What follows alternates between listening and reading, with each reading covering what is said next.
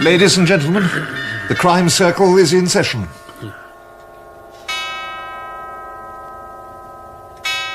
The Poisoned Chocolates Case, a play for radio by Neville Teller, dramatised from the novel by Anthony Berkeley, with Neil Stacy, Conrad Phillips, Hilda Schroder, Geoffrey Collins, Jane Wenham and Michael Bilton as the Crime Circle. The Poisoned Chocolates Case. Ladies and gentlemen, the crime circle, which I had the honour to found 18 short months ago. Here. Thank you, Mrs. Fielder Fleming. Not at all, Mr. Sheringham. The crime circle, as I was saying, is greatly honoured this evening. Talented criminologists though we six undoubtedly are, there's not one of us who can point to a more solid record of achievement in the field than our distinguished guest, Chief Inspector Moresby of Scotland Yard. Honoured to have you here, Chief Inspector.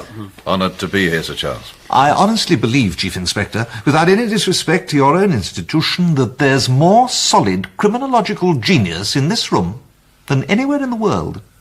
We are drawn from a variety of fields, the law, the theatre, literature, but we are united by an intense interest amounting to an obsession with criminology and the art of crime detection. I can assure you, Inspector Moresby, that entry to this charmed circle is far from easily achieved. Each of us has had to submit to the most rigorous tests, oral and written.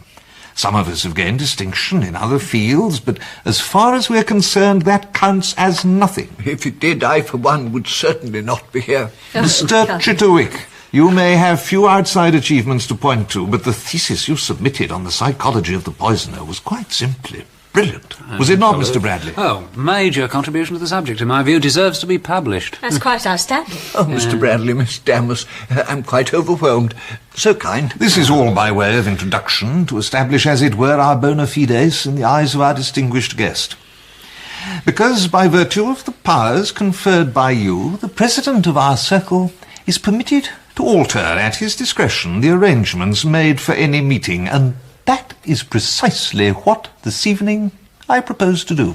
The idea I've had will, I hope and believe, appeal to you. I venture to think it's both novel and enthralling. My idea is connected with Mr. Graham Bendix. Or rather, with Mrs. Graham Bendix. You mean the murder? Of course. Mr. Bendix himself is personally known to one or two of us here. Indeed, his name has actually been canvassed as a possible member of this circle. Wait a minute. This idea of yours, it's not connected with the fact that Mrs. Bendix's murderer hasn't yet been found. Got it in one, Sir Charles. Now, this is to go no further than this room. But I have it on the highest authority that the police are calling a halt to active inquiries. There's always hope, of course, that some fresh facts will turn up, but without them, they've decided they can get no further.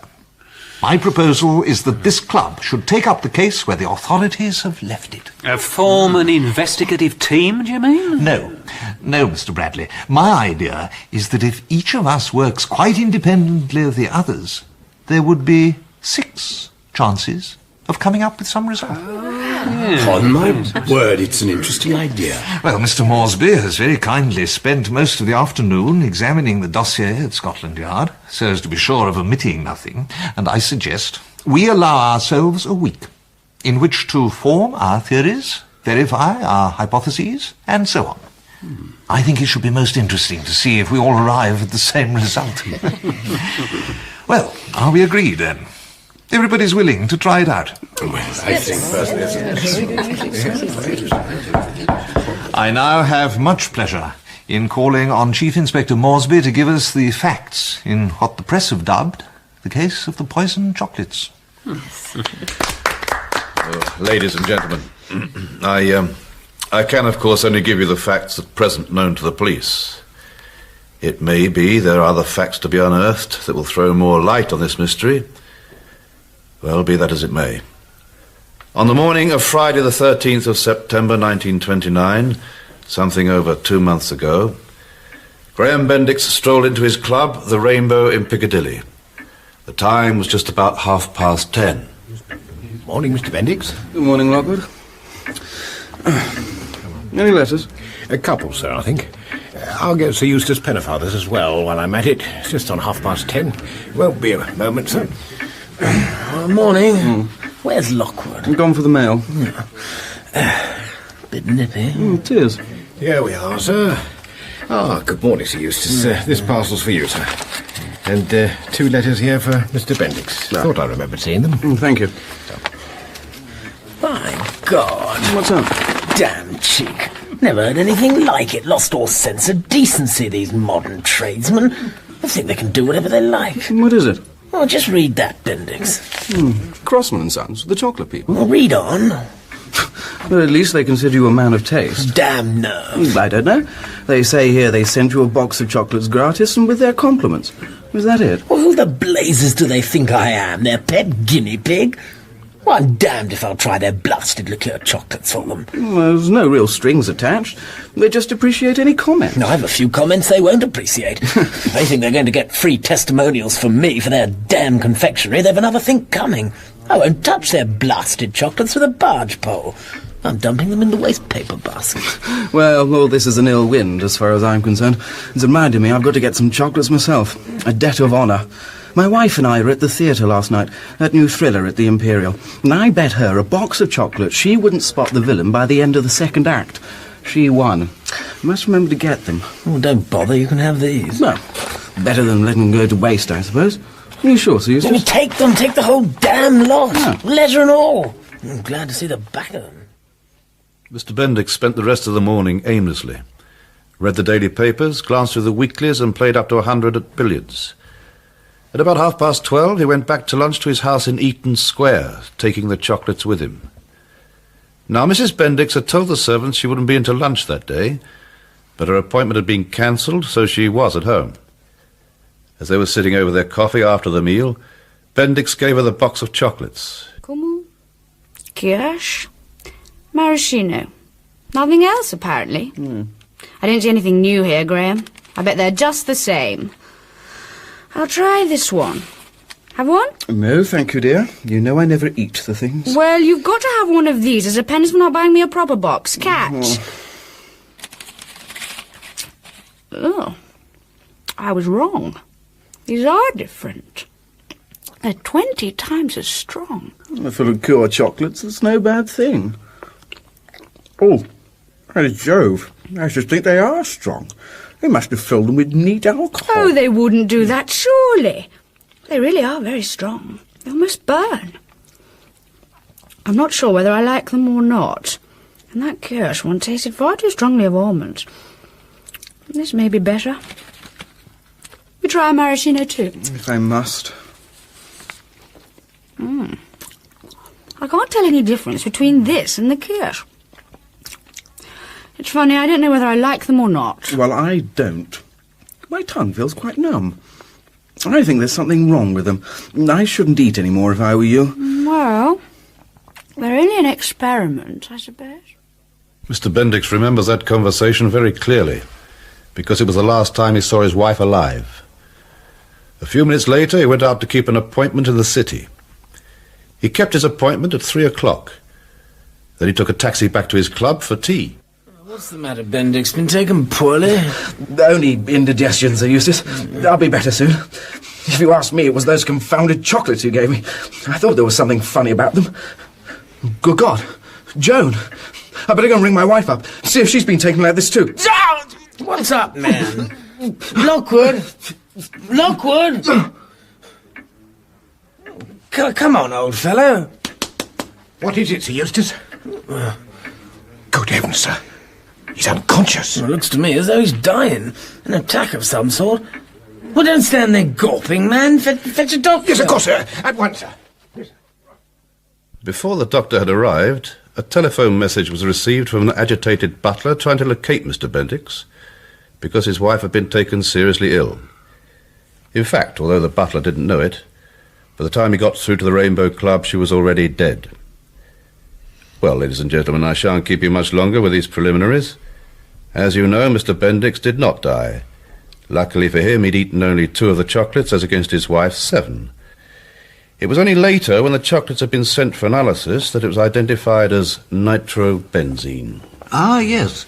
Used occasionally in the cheaper sorts of confectionery to give an almond flavour, instead of oil of bitter almonds. That, of course, is itself a powerful poison. Thank you, Mr. Chitterwick. I think you confirm it's not very often used in confectionery these days. I gather the main use for nitrobenzene nowadays is in the manufacture of aniline dyes. Chief Inspector Moresby has agreed to take us through the police investigation to the point where they called a halt. Now, I believe the first thought was that a terrible mistake had occurred during the manufacture of the chocolates. Yes, obviously. How long did the accident theory last?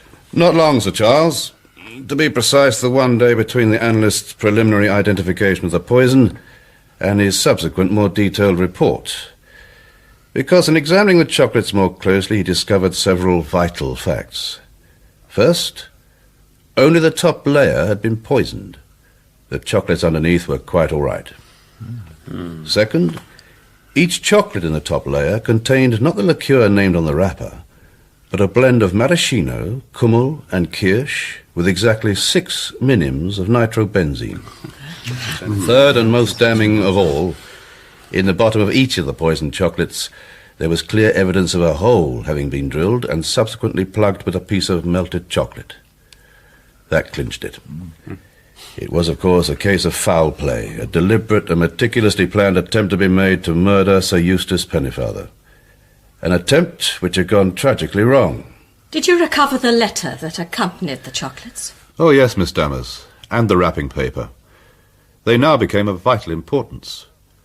As a matter of fact, it's quite clear that the letter was written on an old piece of paper.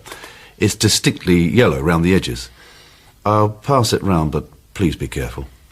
Mrs. Fielder Fleming? Oh, thank you, Chief Inspector. To think that this was actually handled by the murderer.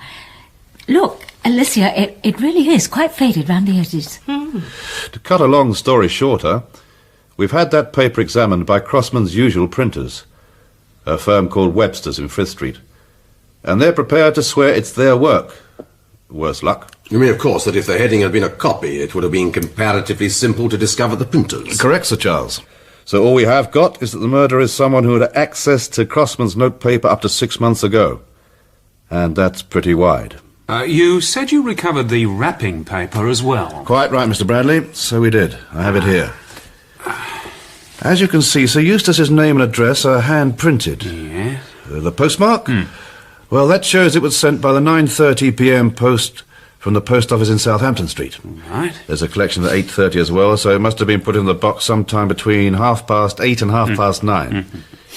You may examine the wrapping paper if you wish. Yes, I should like to. Many thanks. Who would benefit by Sir Eustace's death? Good question, Mr. Bradley. Most of his possessions go to his wife. I see. She has a divorce suit pending against him and she's out of the country. Really? We've checked her movements and she's just not a possibility. Is that all you've got to tell us? That's all, Mr. Sheringham. Well, I've played my part in this evening's affair. Now I must leave you good members of the crime circle to go about your business as you see fit. A toast to our honoured guest. With which I couple a vote of hearty thanks. Chief Inspector Moresby. Chief Inspector Moresby. Thank you very much. It's my pleasure. I'll see you out. Good night, everybody. Good night, Inspector. Thank you very much. Well, it's extremely interesting, don't you think so, Mr. Chitterwick? I've been thinking. Any new facts we discover, should we pool them? What do you say, Sheringham? What's that, Sir Charles? I was saying, shouldn't we put any new facts we happen to uncover at the disposal of everyone? Well, I thought a lot about this. But on the whole, I think we should each of us retain whatever we discover. After all, we're all starting off equal. I agree that should apply from the moment we leave this room, but I would say that if anyone can add to the Chief Inspector's statement at this moment, they should do so. But can anyone? Sir Charles knew the Bendixes and Sir Eustace, didn't you, Sir Charles? And I knew Sir Eustace, of course. Quite well, Miss Dammers, at one time, I believe. At one time. I needn't give you my opinion of Sir Eustace. If you've read Flesh and the Devil, you know what I think. And I've no reason to suppose he's changed. Do you agree with my opinion, Sir Charles? Don't know the man well, no wish to. Thoroughly bad lot. Women. And he drinks too much. You all know there was talk at one time of an engagement with my daughter. Not a prospect I viewed with much pleasure. Glad to say it all came to nothing. I gather he's taken up with some fresh woman. I'd have given him credit for some finer feelings, even though Mrs. Bendix was a total stranger. But that's not quite true. I'd almost forgotten, though he probably forgot ever meeting her. I was talking to Mrs. Bendix one evening at her first night, and Sir Eustace came up to me. I introduced them and said something about Bendix being a member of the Rainbow. Then I'm afraid I was too kind about him. Now, about our next meeting. I suggest we have a clear week for formulating our theories and carrying out any investigations, and then I propose that we meet on consecutive evenings, beginning next Monday. Oh, that sounds easy. Now, somewhere, I've got 6 pieces of paper with the days of the week on them. Very efficient. Right. Now, come closer, ladies and gentlemen. Now, let's draw lots. Just take one, the order doesn't matter. All right. Now, this one will be mine. Let's see. Thursday. Right. I give you my solution to the murder on Thursday week. Now, who has Monday? I have. Well, Sir Charles, it looks as though you're opening back. Not for the first time. Indeed, no. Tuesday? That's me, Mr. Sheringham. So be it, Mrs. Fielder Flaming. I've got Wednesday. Wednesday, Mr. Bradley. I'm Thursday. Now, who has Friday? I have that honour. Right, Miss Dammers. And that leaves Mr. Chitterwick for the concluding presentation on Saturday evening. Oh, dear. How on earth will I find anything new to say after you've all gone over the case? I'm afraid I'll be a great anticlimax. I'm sure not. Order. Ladies and gentlemen, it's been agreed that we gather together again in 1 week's time on Monday, the 18th of November, 1929, to hear Sir Charles Wildman's solution to the case of the poisoned chocolates. This meeting of the Crime Circle stands adjourned. Sir Charles? Speaking. Smithson, yes, sir. It's just as you thought, Sir Charles. Most of Crossman's business is wholesale, but they do have a few private customers.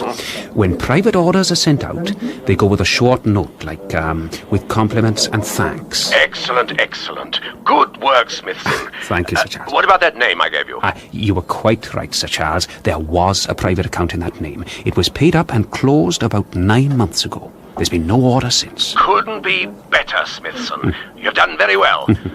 Now remember, the boat train from Victoria at 6:30. This is an unexpected pleasure, Sir Charles. We don't often see you inside Scotland Yard. I must admit my interests usually lead in the opposite direction, Chief Inspector. I've come to ask a favour. That letter you showed us in the Crime Circle on Monday, do you think I could take another look at it? The one on Crossman's paper? Certainly, I have it in this drawer. Why, has something new struck you? Oh, many thanks. Yes, just as I thought. By Jove, Moresby, look at that. No, there. Do you see? But I think on the circumstances.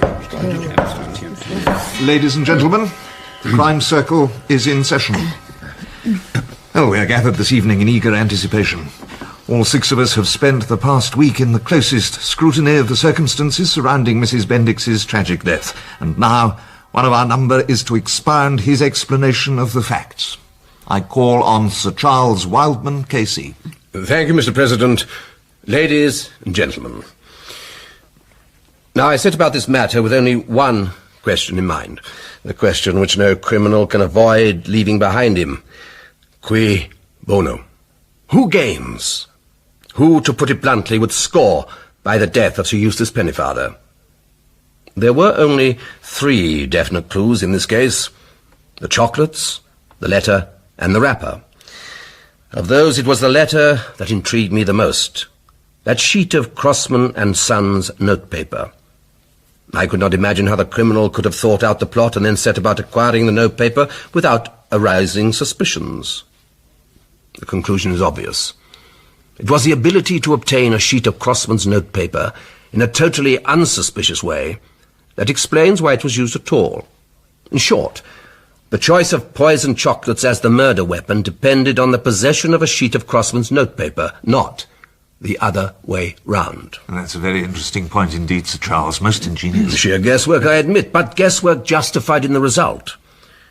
You see, I ascertained to an agent that Crossman's invariably included a courtesy note with the orders they sent to their private customers. I then visited Scotland Yard to examine that letter again. By looking at the back, especially against the light, you can make out quite distinct traces of former typewritten words in the middle of the page. They couldn't possibly be an erasure from the letter itself because they run through the middle of the typing. This seemed highly promising. But when I discovered that the individual I had in mind had actually had an account with Crossman's, which had been closed about 9 months ago, just enough time for the paper to acquire that interesting yellowing, the evidence seemed conclusive. So, I set about clearing up any other doubtful points. For example, the postmark. The case turned on proving that the suspect had actually been in the neighbourhood of the Strand when their parcel was posted. I'm convinced the murderer would never have entrusted the task of posting those chocolates to anyone else, not even an unwitting accomplice. A friend, say, travelling to England so that the suspect might have an unshakable alibi. Of course, Sir Charles, Lady Pennyfather may not have had an innocent accomplice, but a guilty one. You've considered that? Lady Pennyfather? Did I mention that name? I think it would be most imprudent to mention any names. In normal circumstances, I would agree with you, Sir Charles, but on the whole, do you not think this occasion might be regarded as privileged? Yes. On reflection, I think we might take that risk. Excellent. Now, please, proceed, Sir Charles. I was asked whether Lady Pennyfather might have had a guilty accomplice.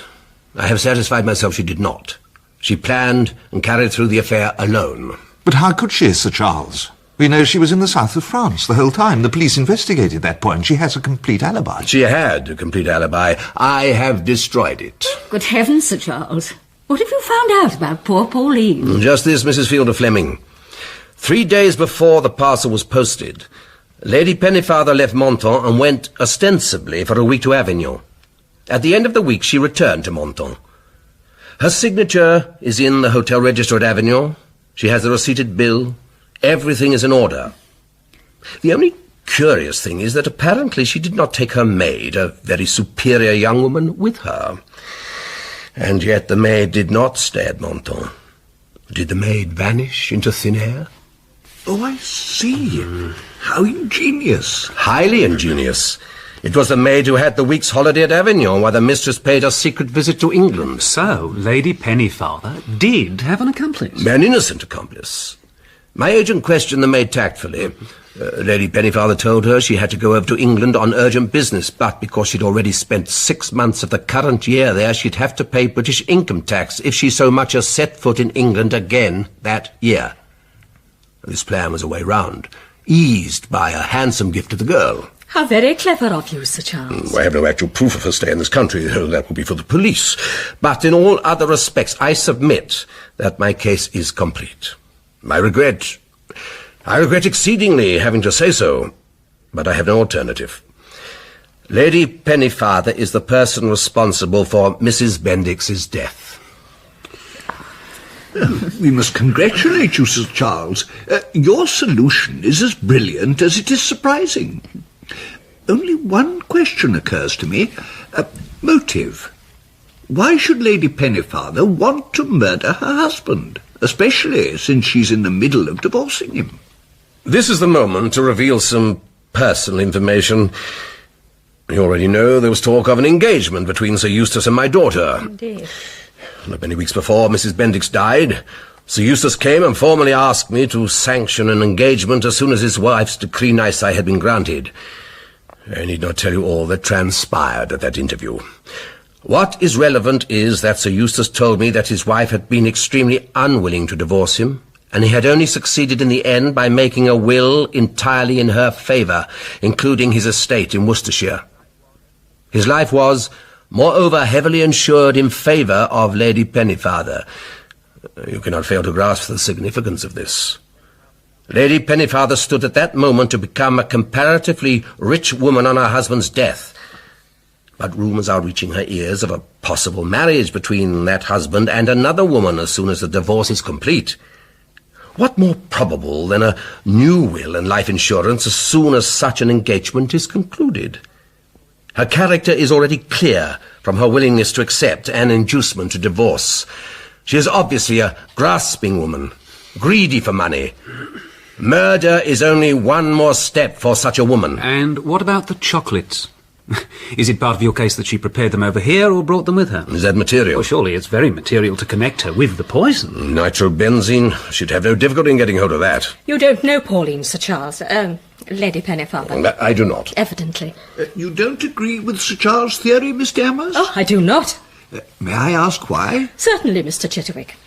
And it's conclusive, I'm afraid, Sir Charles. I was in Paris at the time of the murder.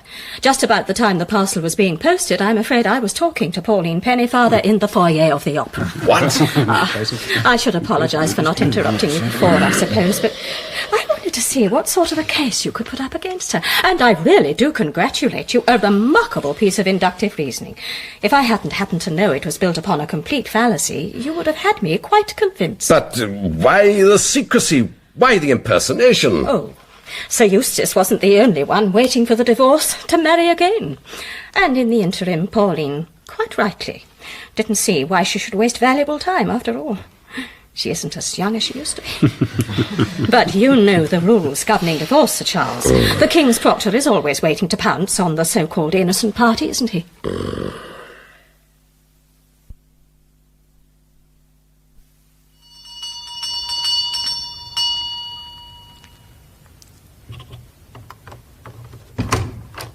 Madam? Is Sir Eustace Pennyfather at home? I'm afraid not, madam. Sir Eustace left for his club 10 minutes ago. I know.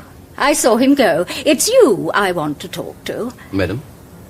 Well, aren't you going to invite me in? Well, I'm not sure I should. What do you want? Whatever it is, it will be to your advantage.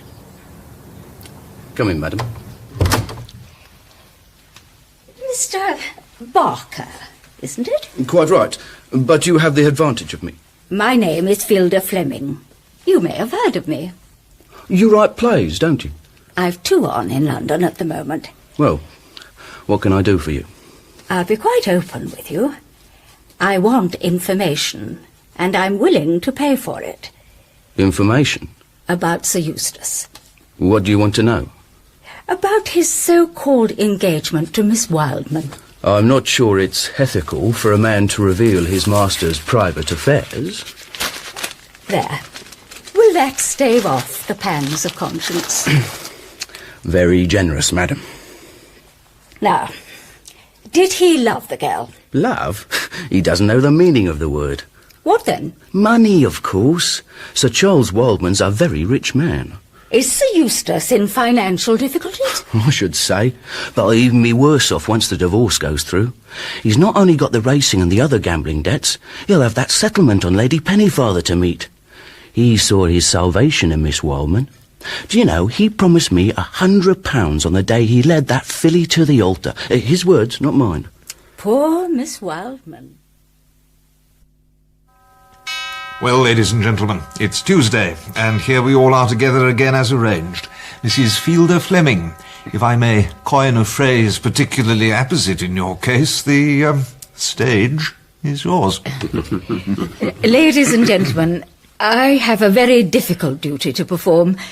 A well-nigh intolerable burden has been laid on me by certain knowledge that has come into my possession.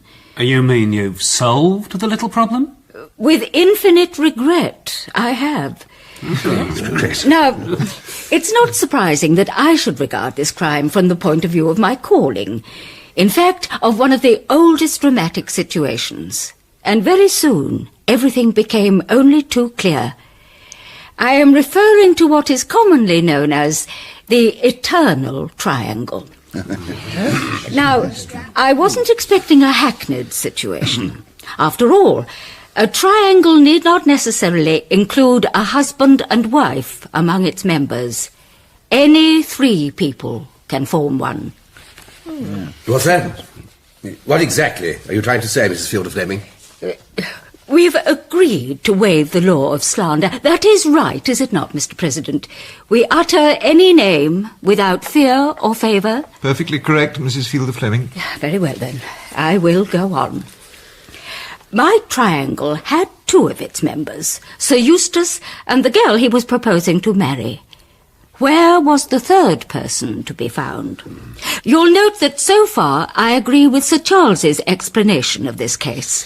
Where we part company is in our deduction of who that third member is. Now, Sir Charles suggested Lady Pennyfather, but that theory has been virtually destroyed. He suggested simple gain as the motive. To my way of thinking, it is in the character of Sir Eustace that the clue to the motive in this case must be sought. He is not merely immoral. He is a rake, a spendthrift, without honour or scruple where women are concerned. A man who has already made a mess of one marriage.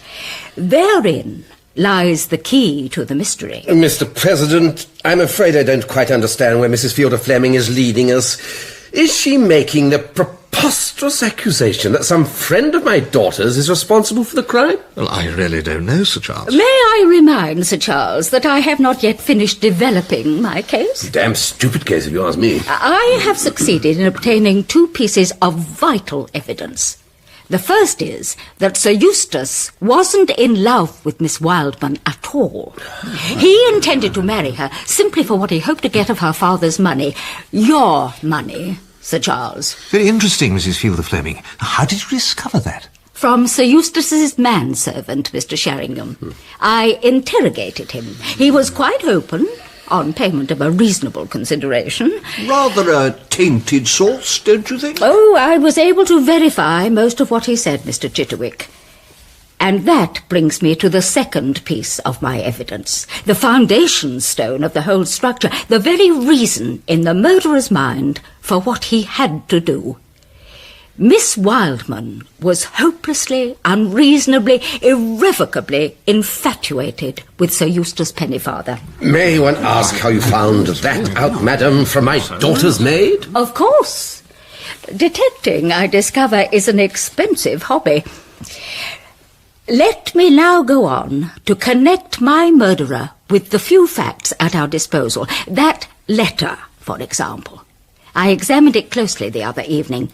Now, I know something about typewriters, and I can vouch that it was typed on a Hamilton. The Hamilton is a pretty common machine, but the man I have in mind has a Hamilton at his place of business. A coincidence? Perhaps. Then the notepaper. This man has a definite connection with Crossman's. 3 years ago, Crossman's were involved in a lawsuit. You may remember, Sir Charles. I ought to. It was against another chocolate company for infringement of copyright. I led for Crossman's. Thank you. Well, this man was connected with that very case. He was helping Crossman's on the legal side. He must have had countless opportunities of acquiring a piece of their notepaper.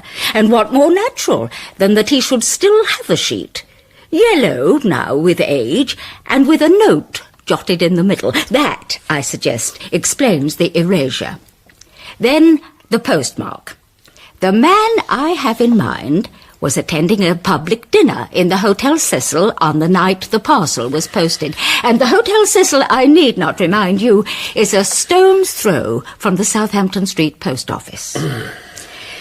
That is all. I submit I have proved my case. This man is the murderer. Well, who is he then? Precisely. Let us get out in the open. Against whom are these ridiculous insinuations of yours directed, madam? Accusations, Sir Charles. You pretend you don't know. Really, madam, I'm afraid I have no idea. You, Sir Charles. You are the murderer. By God, the woman's mad! No, I am not mad, Sir Charles. I am very, very sane. You love your daughter. You considered that any lengths were justified to prevent her from falling into the hands of Sir Eustace Pennyfather, from having her youth, her innocence, her trust exploited by such a scoundrel. When nothing short of killing him could avert that catastrophe, you did not shrink. Sir Charles Wildman, may God be your judge, for I cannot be. Well, Sir Charles, I wouldn't have thought it of you. Very naughty. Would you like me to telephone the police, Mr. President? Not yet, I think. We haven't heard yet what Sir Charles has to answer. Am I really expected to defend myself against this hysteria? Very well, then. I admit I attended a dinner at the Hotel Cecil on the evening in question, and that I would cheerfully have strangled Sir Eustace with my bare hands rather than see him marry my daughter. But how to prove I didn't send the chocolates? All I can say is that I am perfectly prepared for this accusation to be investigated officially. Mr. President, you must take whatever action you think is fit. Well, speaking for myself, Sir Charles, I'm quite sure that Mrs. Fielder Fleming's reasoning, exceedingly clever though it was, has been based on an error. Really, as a matter of mere probability, I can't see a father sending poisoned chocolates to the would-be fiancée of his own daughter. A moment's thought would show the practical inevitability of the chocolates reaching the daughter herself. So, I formally propose that we shelve the question of Sir Charles for 1 week from today, when any member who wishes may bring it up again for decision. All in favour? Great. Yes. Carried unanimously. I declare this meeting of the Crime Circle adjourned. We meet again tomorrow night. Roger! Roger! Roger! Roger!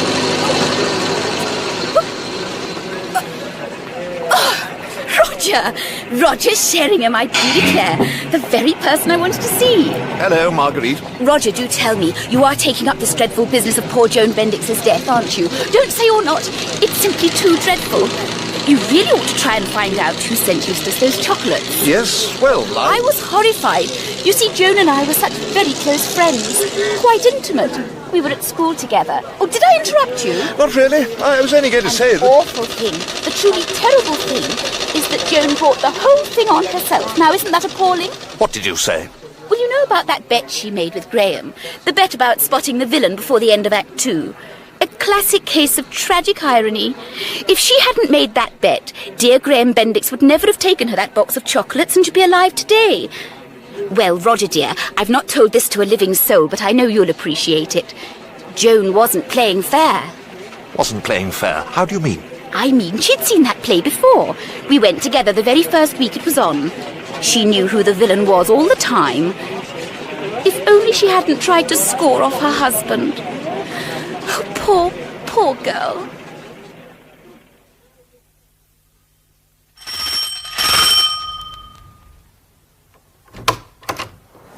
Yes? You are Mrs. Marguerite Vericola-Mesura? I am indeed.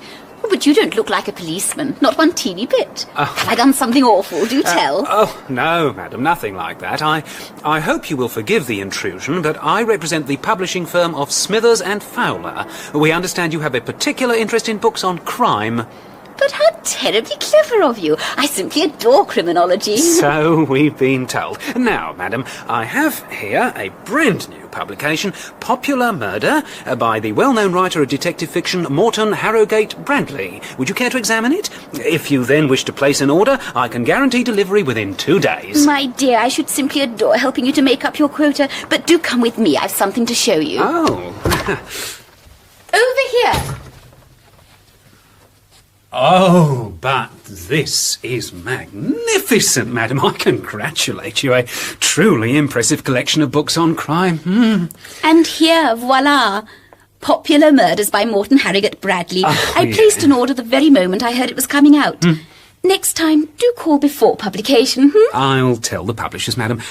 May I ask how long you've had this interest in criminology? Oh, not as long as all that, actually. To be absolutely frank, it's a particular criminologist I'm interested in, much more than crime in general. But that's often the way one gets led into a subject, isn't it? Oh, absolutely. Oh, do you happen to know Roger Sheringham? I've heard the name. An absolute sweetie. I adore him. A little while ago, he set up a very close little circle of people interested in crime. I'm absolutely determined to break into it. It's a sort of challenge. Do you know what I mean? And murder is simply too fascinating, isn't it? Good evening, ladies and gentlemen. Wednesday evening, as I'm sure I need not remind you. Following our experiences yesterday, I must admit that I, for one, await Mr. Bradley's exposition with some trepidation. No need, Mr. President, no need, I assure you. I shall be brief and, I hope, to the point, and discretion itself when it comes to naming names. That'll make a pleasant change. Order. Mr. Bradley, you have the floor. Well, I started my consideration of this case with the poison. The use of nitrobenzene seemed to me the most important piece of evidence, simply because the sort of person who would ever think of employing the stuff at all ought to be definable within surprisingly narrow limits. Such a person would have had some sort of education, and, in my view, be the kind who might keep Taylor's medical jurisprudence on their shelves. Mind you, that is pure guesswork, I admit. My other conclusions are not so haphazard.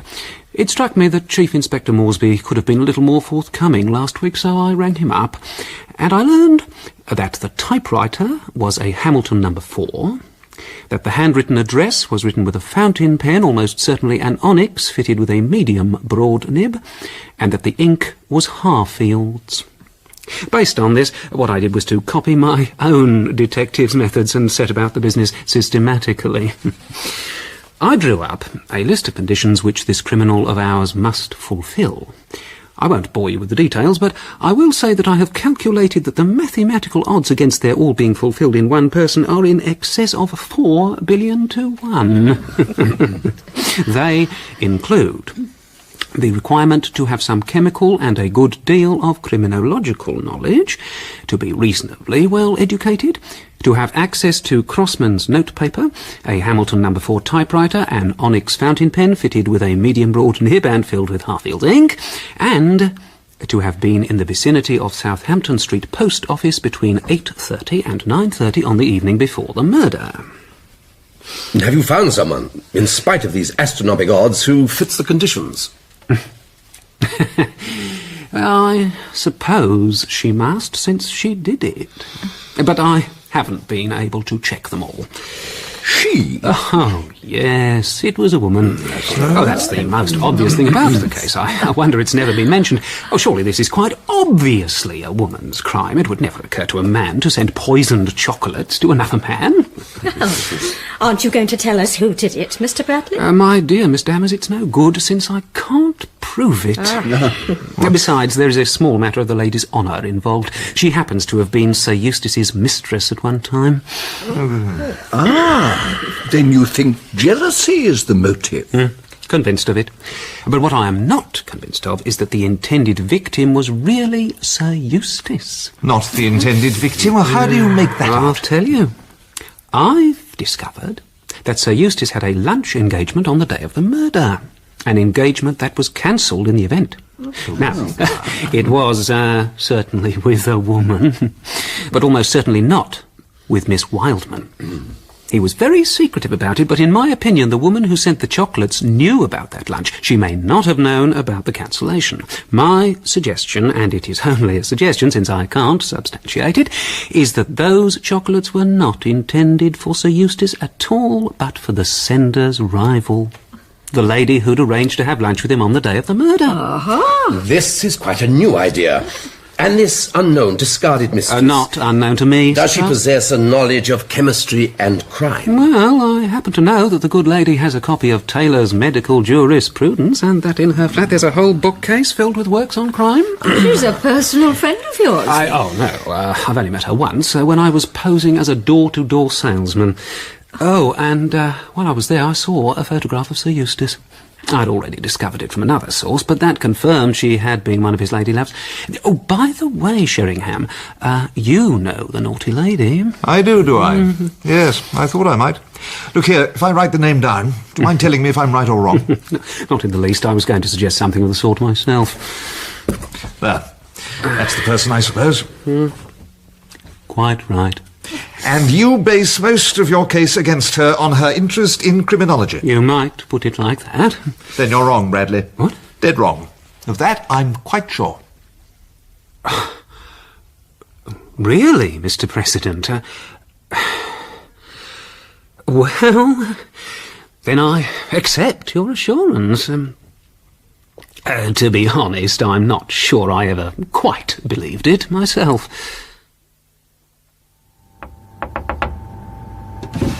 Can I help you? Good morning. Travellers Tuesdays and Friday mornings, 10 to 11.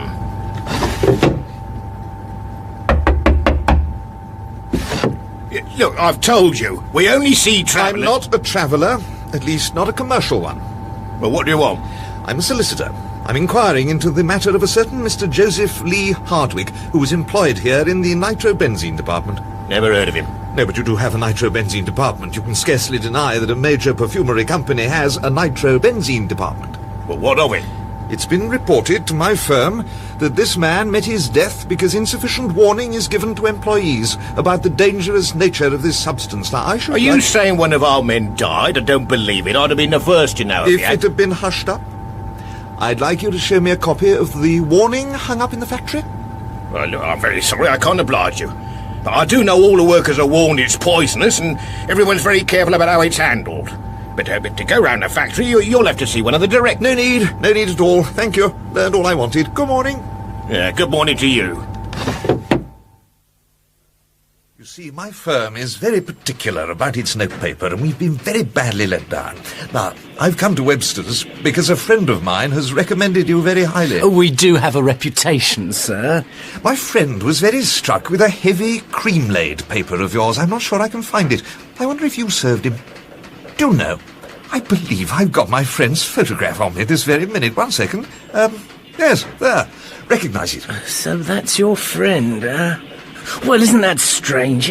Yes, I do recognise it. Small world, isn't it? A few weeks ago, my friend was in here last, I think. Yes, it was a little while back. Now, I wonder if this was the stock you have in mind. Ladies and gentlemen, as the one responsible for this experiment, I think I can congratulate myself. The 3 members who have spoken so far have shown a quite outstanding ingenuity of observation and argument, and what has made the experiment even more interesting is that each has hit on a different person for the criminal. Well, now, Thursday has come round, and it's my turn to address you, and I am going to suggest somebody quite different. Someone else? Oh, it's not possible. I assure you, my dear Mrs. Fielder Fleming, that it is. You may be interested to know that at first I followed Mr. Bradley's train of thought. I was convinced that the crime was the work of a woman, and a discarded mistress of Sir Eustace's at that. I have now changed all my opinions in toto. Oh, don't tell me I was wrong all along the line. Almost, old chap. I regret to say I can't claim all the credit for discovering the truth of this affair. To be quite honest, it was sheer luck. A chance meeting with a silly woman in Bond Street put me in possession of a piece of information, trivial in itself, which immediately altered the whole case. I saw in a flash. From the beginning, I'd been making the fundamental mistake the murderer had intended the police and everybody else to make. So who did send those chocolates, then? Oh, Miss Dammers, do let me work my story up a little first. You have the floor, Mr. Preston. You know, this really was a very remarkable case. On the whole, I'm inclined to consider it the most perfectly planned murder I've ever heard of. It's so exactly right, ingenious, utterly simple, and as near as possible infallible. But not as infallible as all that, eh, Sheringham? The motive's so obvious when you know where to look for it. And as for the method and the way the murderer covered the tracks, beautiful.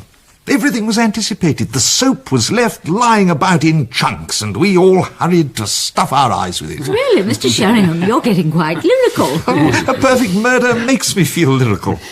Let me begin with the evidence. Mr. Bradley's list of conditions. I agree and can prove that the murderer must have at least an elementary knowledge of chemistry and criminology. I don't agree that he or she must have had possession of Crossman's notepaper. It was an ingenious idea. That possession of the notepaper suggested the method of the crime, but I think it mistaken. Chocolates were decided on, and since Crossman's were the largest chocolate manufacturers, it became necessary to obtain a sheet of their paper, and I'm able to show how this was done. As to the typewriter, well, we're dealing with a very astute criminal. I think the machine was bought specially for the occasion. You may be interested to know that I spent a whole afternoon making inquiries at typewriter shops in the centre of town till I ran down the place where it had been bought.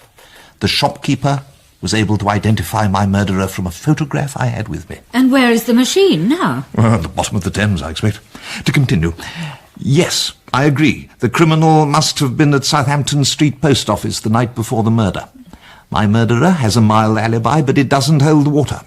The pen and ink, well, I don't attach much importance to them. Both are very common, easily obtained and disposed of. It's the notepaper I'm interested in. In my opinion, that's the point on which any case must depend. How do you prove the possession of the notepaper, Sheringham? The notepaper was extracted shortly before the murder from one of Webster's book of sample notepaper headings, which explains the yellow edges. The erasure you first noted, Sir Charles, would be some private mark of Webster's, something like this style, 5 shillings and 9pence. There are 3 identical sample books at Webster's. 2 include a sheet of Crossman's paper. From the 3rd, it's missing. My murderer was identified from the photograph as having been at Webster's. That sounds pretty conclusive. Now we come to the trap the murderer laid for us and into which we all so weakly fell. It's quite simply this. We were all expected to believe, and every one of us, except I grant you Mr. Bradley, did believe that the murderer's plan had miscarried, that the real victim, Sir Eustace, had escaped by a lucky chance, while the wrong person, poor Mrs. Bendix, had died. What?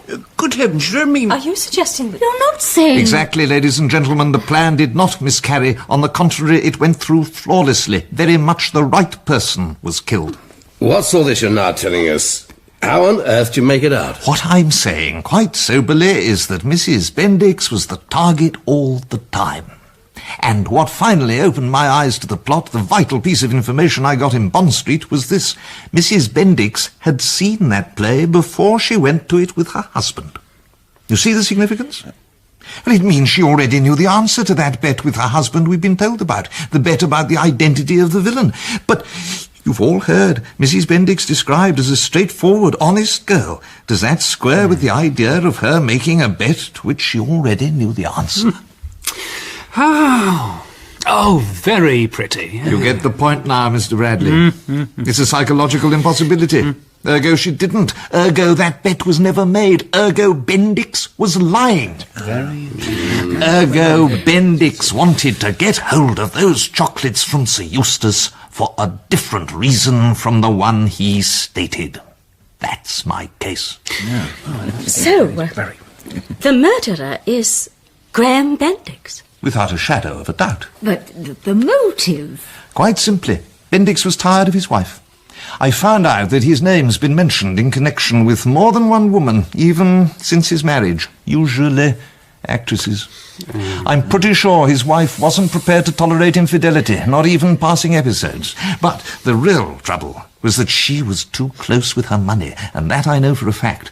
That's where she sentenced herself to death.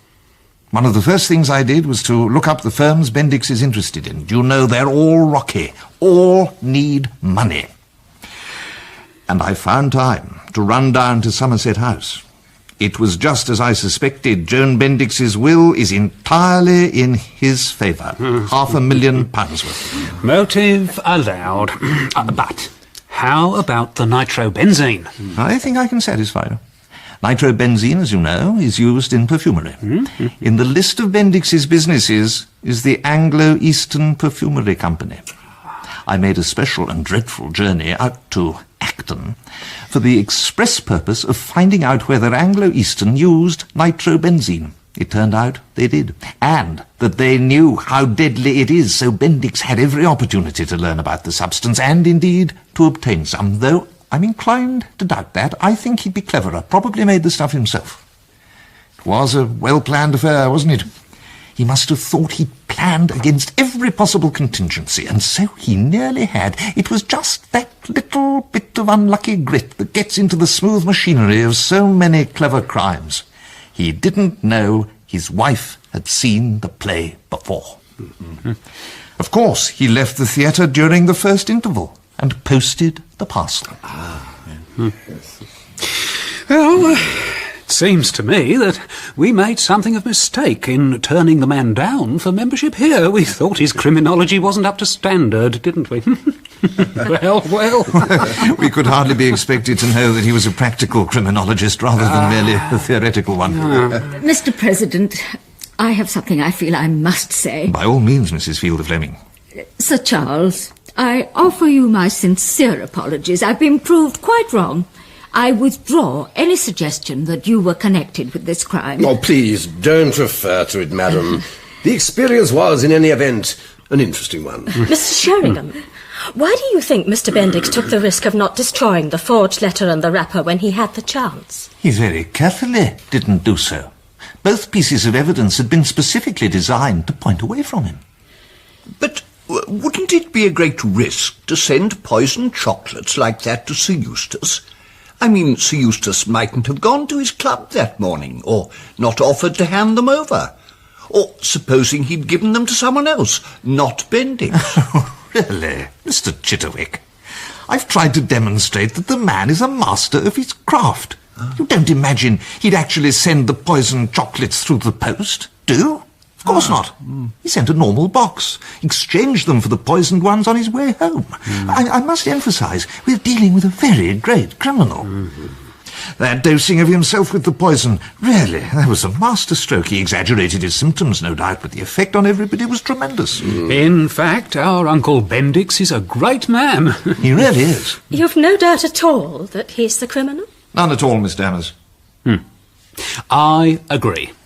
In fact, I think you have hit on the right solution. As far as I'm concerned, the mystery of the poisoned chocolates is at an end. Thank you, Mr. Bradley. So, 3 cheers for our sleuth-like president, coupled with the name of Graham Reynard Bendix, for the fine run he's given us. Hip, hip. And you say you've definitely proved the purchase of the typewriter by Bendix and his contact with the Webster sample book? Positive identification by photograph, Miss Dammers. Would you give me the address of the typewriter shop? Oh, yes, here, I'll write it down. Just a minute. Thank you. And who was it at Webster's who recognised the photograph? One of the salesmen. Pale, rather weedy, ginger moustache. Well then, let's proceed constitutionally. Our president no doubt moves that this meeting accepts his solution of the poisoned chocolates mystery as the right one, and that a delegation be sent to the police. I do. And I second. Those in favour, Mrs. Fielder Flamming? I certainly think Mr. Sheringham has proved his case. Thank you, Sir Charles. I agree. Mr. Chitterwick? I agree too. And Miss Dammers? I don't agree at all. Oh. I think Mr. Sheringham's exposition was exceedingly ingenious and altogether worthy of his reputation. At the same time, I think it quite wrong. Oh, good gracious. Tomorrow, I hope to be able to prove to you who really committed this crime. And as our president appears temporarily disabled, I take it upon myself to declare this meeting of the Crime Circle adjourned.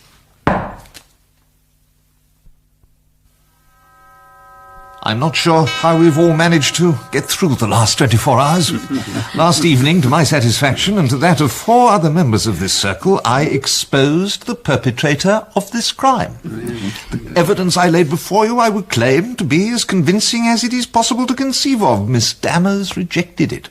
She promised to reveal the real criminal to us this evening. Miss Dammers, we are agog. Thank you.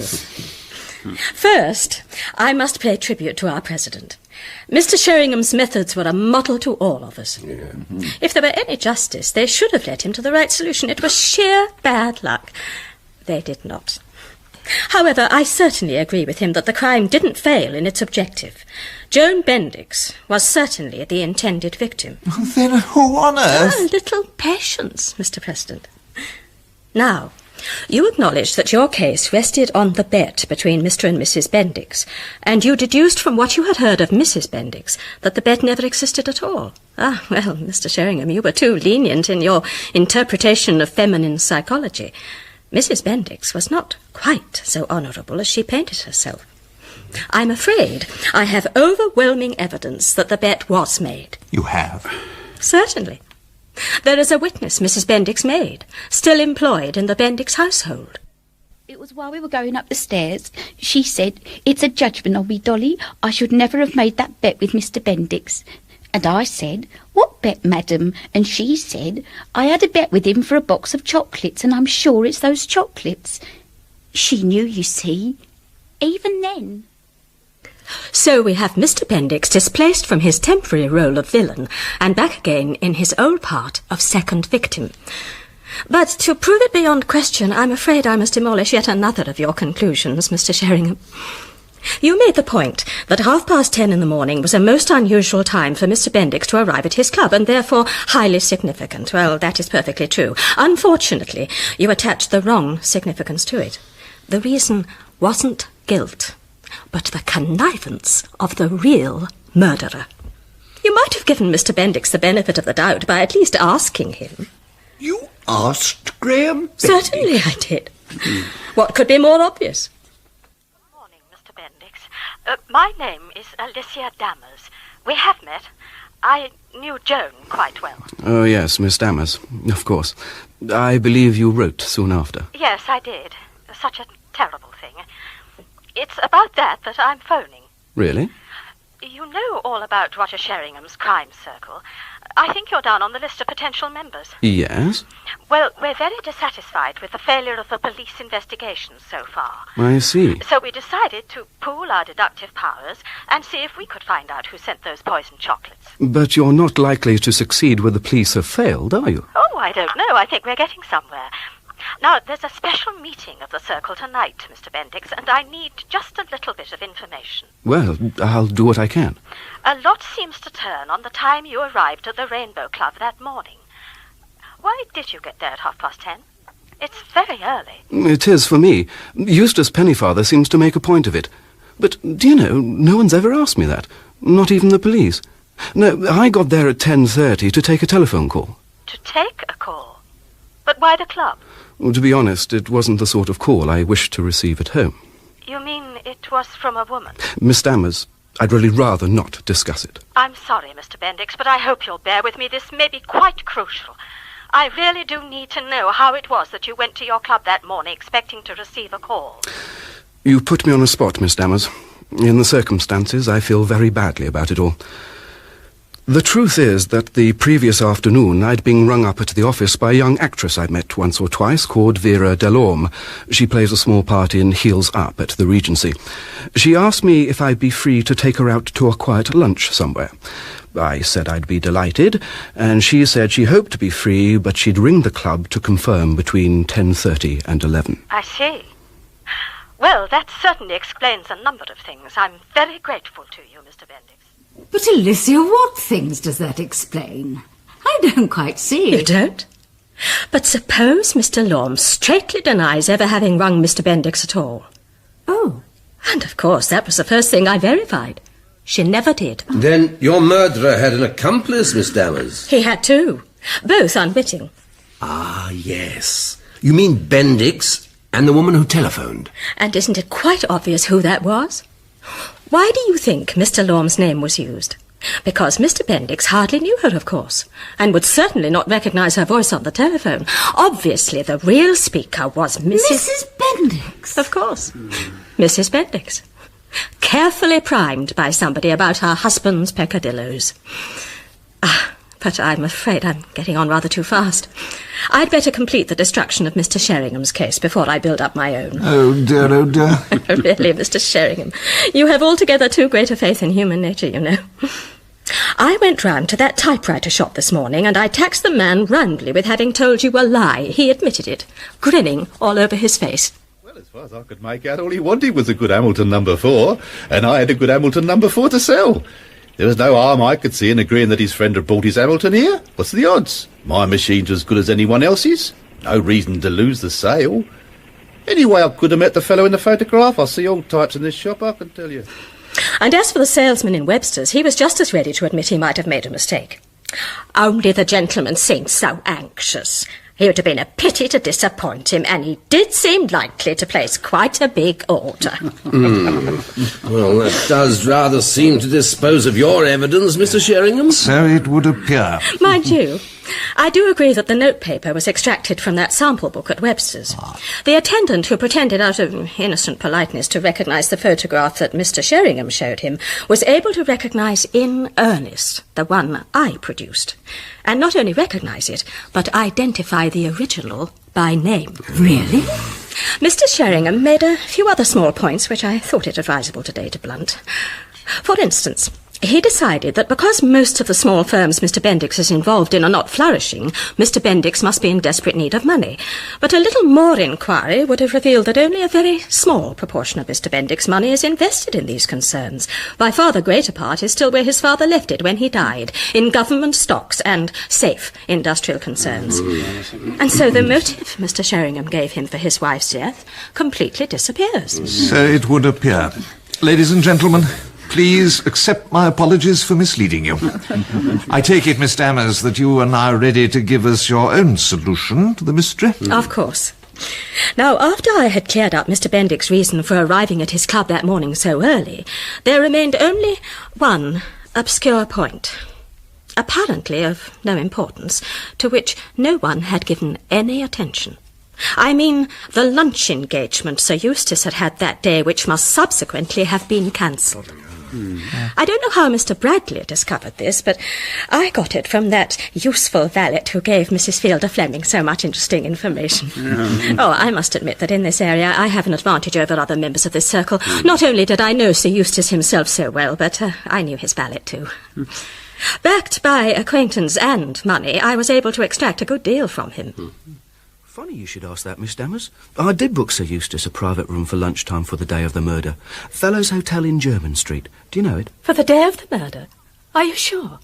How can you be sure? With respect, madam, you aren't the only person seeking information about the murder. I've been forced to refresh my memory. I've got it all off now. All right, Barker, I accept that. Well then, who was Sir Eustace going to lunch with that day? Obviously a woman, but I'm afraid I don't know which one. Not Miss Wildman, though, that's for sure.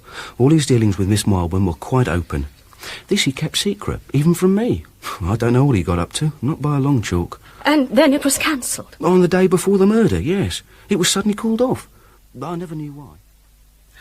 Now, isn't there something reminiscent about this cancelled lunch appointment on the day of the crime? It didn't strike me for a long time, and then I remembered. Mrs. Bendix had a lunch engagement for that day too, which was also cancelled for some reason unknown on the previous afternoon. Oh, my ears and whiskers. Mrs. Bendix. Yes. I won't keep you on tenterhooks, Mabel. From what Sir Charles told us, I knew Mrs. Bendix and Sir Eustace weren't total strangers. It took some doing, but I discovered that it was Mrs. Bendix who was to have lunched with Sir Eustace in a private room at the somewhat notorious Fellows Hotel. But why, for heaven's sake? Oh, that's easy to answer. Because she was his mistress. What?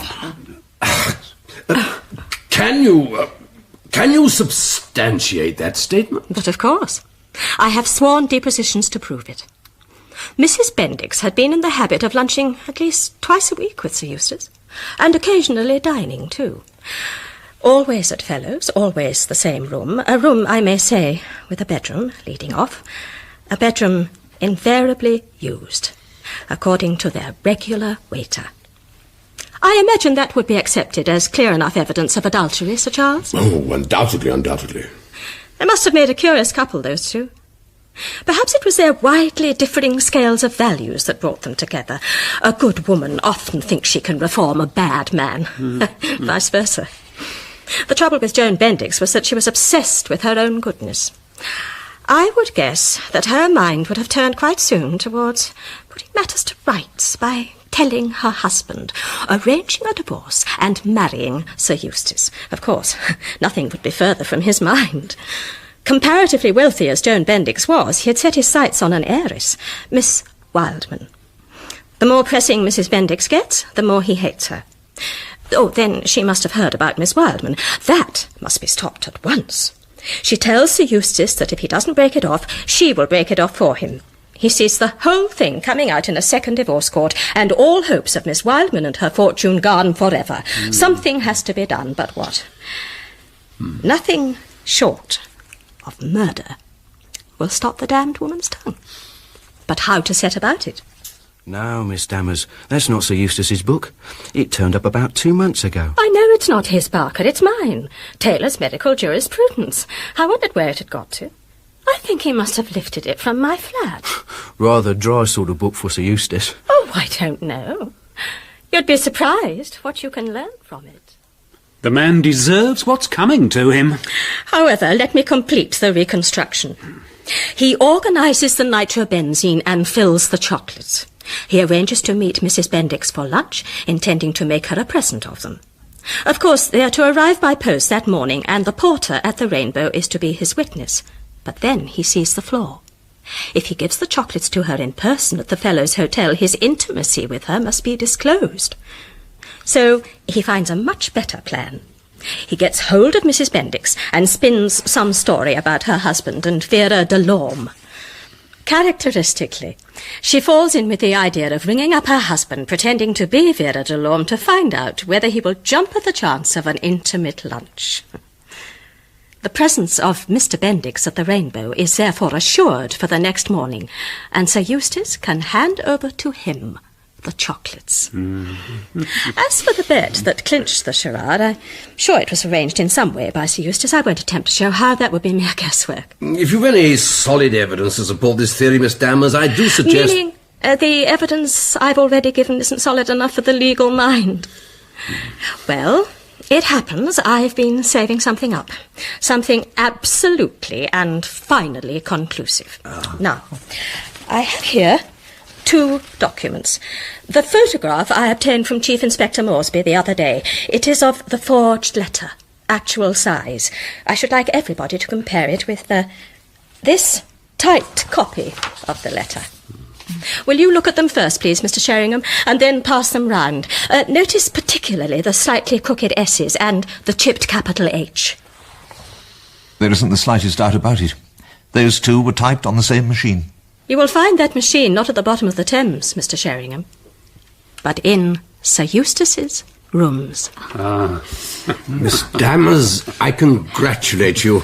You have rendered society a great service. Do you realise we have made history? Where the whole police force has failed, a woman has uncovered the mystery. Alicia, this is a red letter day, not only for you and for the crime circle, but for women generally. Thank you, Mabel.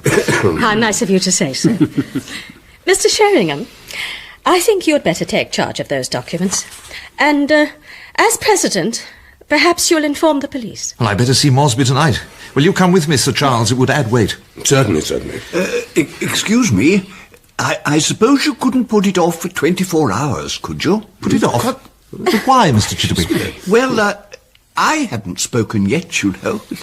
No, of course you haven't. And, well, I mean, that is to say, you want to? I have a theory. I don't want to speak, no, but I have a theory. Well, I suppose another 24 hours wouldn't make much difference. Not after all this time. All right, Mr. Chitterwick, we'll do as you ask. I declare this meeting of the Crime Circle adjourned, and we meet again on Saturday night at exactly 9 o'clock.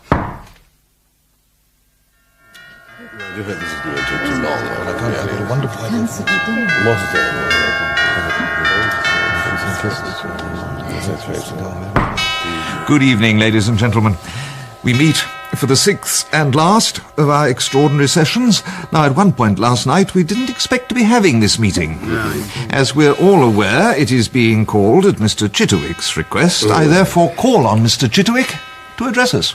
Mr. President, ladies and gentlemen, I quite realise how perverse I must seem in insisting on having my turn, as it were. But though Miss Dammers' exposition was very clever and her proofs seemed very definite, I couldn't help reflecting that over the past 5 evenings we've actually heard 5 apparently convincing solutions of this mystery. Yes, but I couldn't help feeling that perhaps even Miss Dammers' theory might prove to be not quite as strong as it first appeared. No, surely not. Well, I, for one, was quite convinced on Monday by you, Sir Charles, that the criminal was Lady Pennyfather, moved by sheer greed to murder her husband. But on Tuesday, when Mrs. Flamming made her devastating accusation against you... Since retracted, Mr. Chitterwick, since retracted. Of course. But at that moment you made it, I felt as certain as I have been of anything that Sir Charles had conceived and carried out that plot, intent on saving his daughter from marriage with Sir Eustace. On Wednesday, I was quite convinced by Mr. Bradley that the crime was the work of some discarded mistress, and that the intended victim wasn't Sir Eustace at all, but the lady he was due to lunch with. On Thursday, our president had quite won me over to the view that the plot was the work of a master criminal, in fact, Graham Bendix, whose fiendishly clever plan to murder his wife had succeeded. And finally, as we all know, last night Miss Dammers made out an excellent case for believing that Sir Eustace, once assumed to be the victim of this crime, in fact, masterminded it. In that connection, I'd like to mention one point Miss Dammers made. The salesman at Webster's, who recognised and even identified Sir Eustace from his photograph. Now, I'm afraid that doesn't seem to me very significant at all. You see, I've discovered Sir Eustace has bought his notepaper from Webster's for years.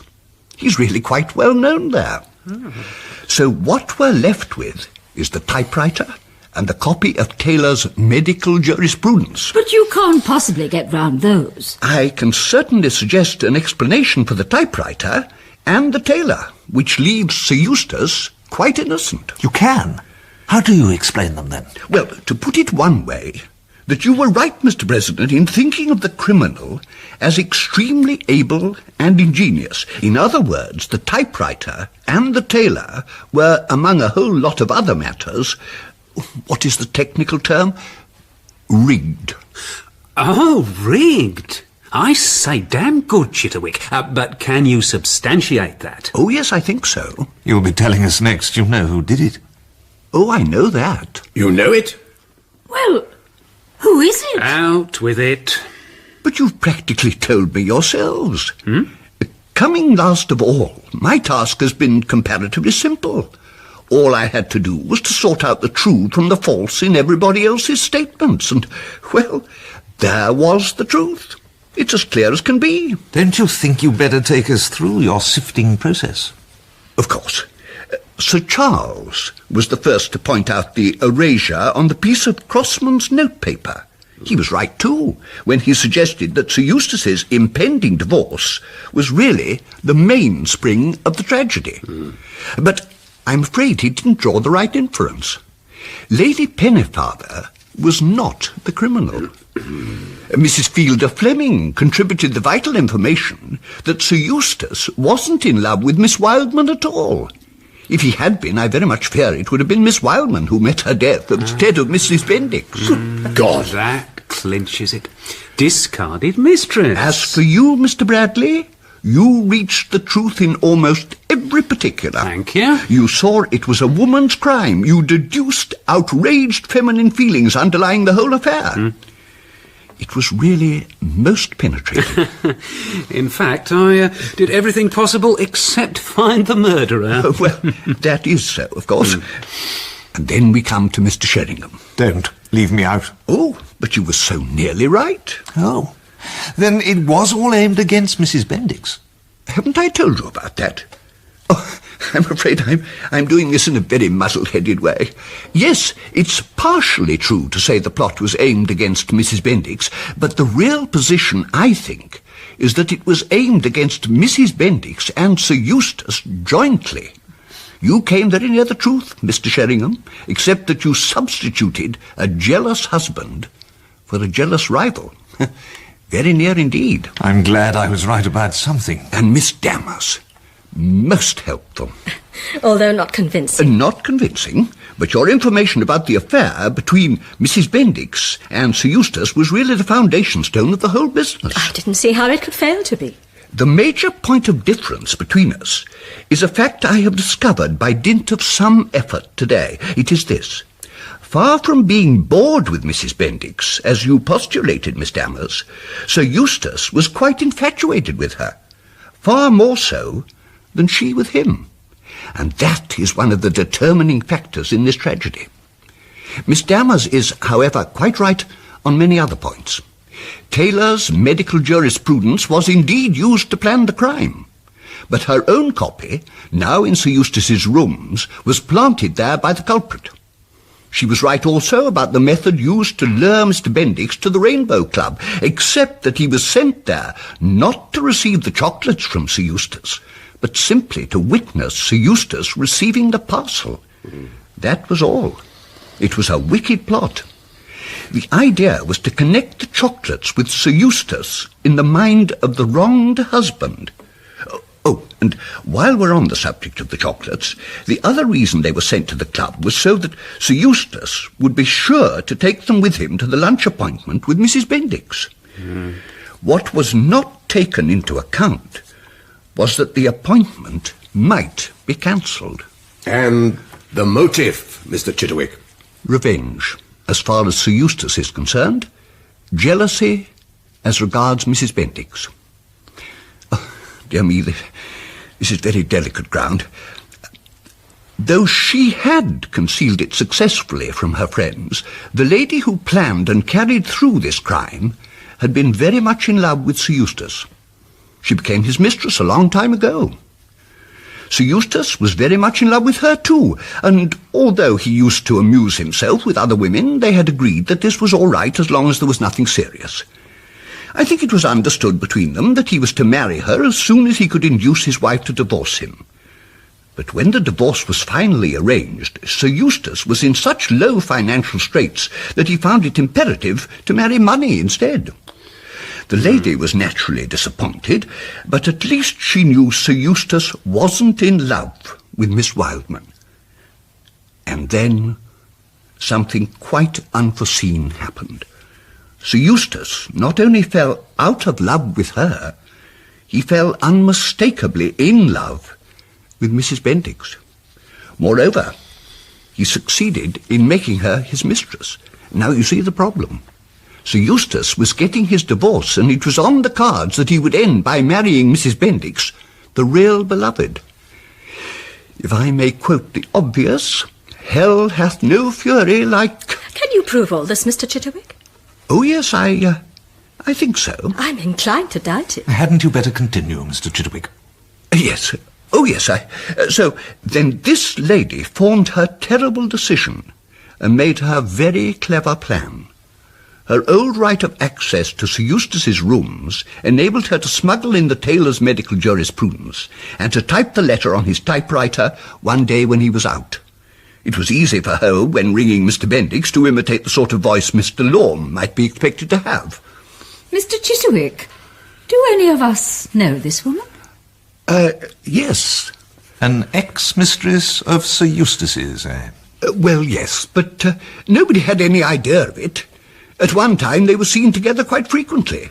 Then, I understand, they thought it better to pretend to have quarrelled, and they met only in secret. But where did you get all this from, Mr. Chitterwick?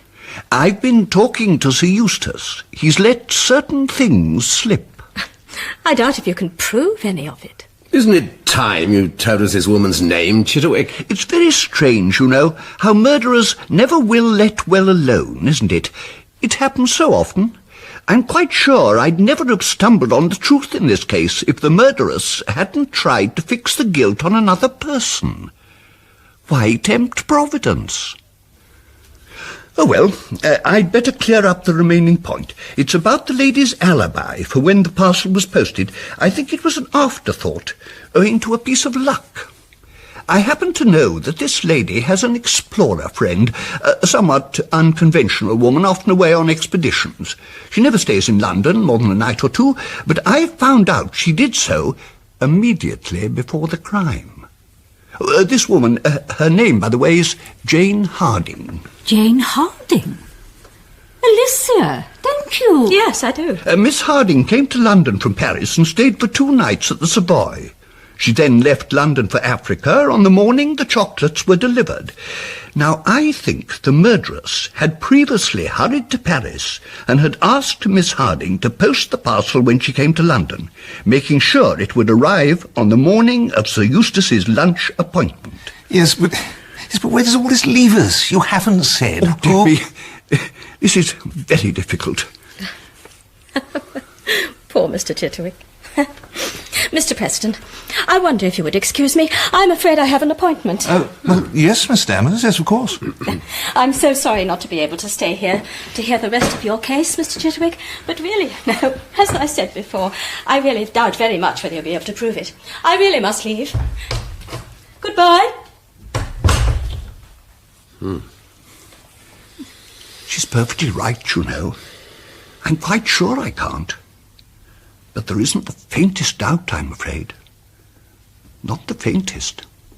You can't mean Alicia? So that's why Alicia Dammers went to France. That's how she came to meet Lady Pennyfather in Paris.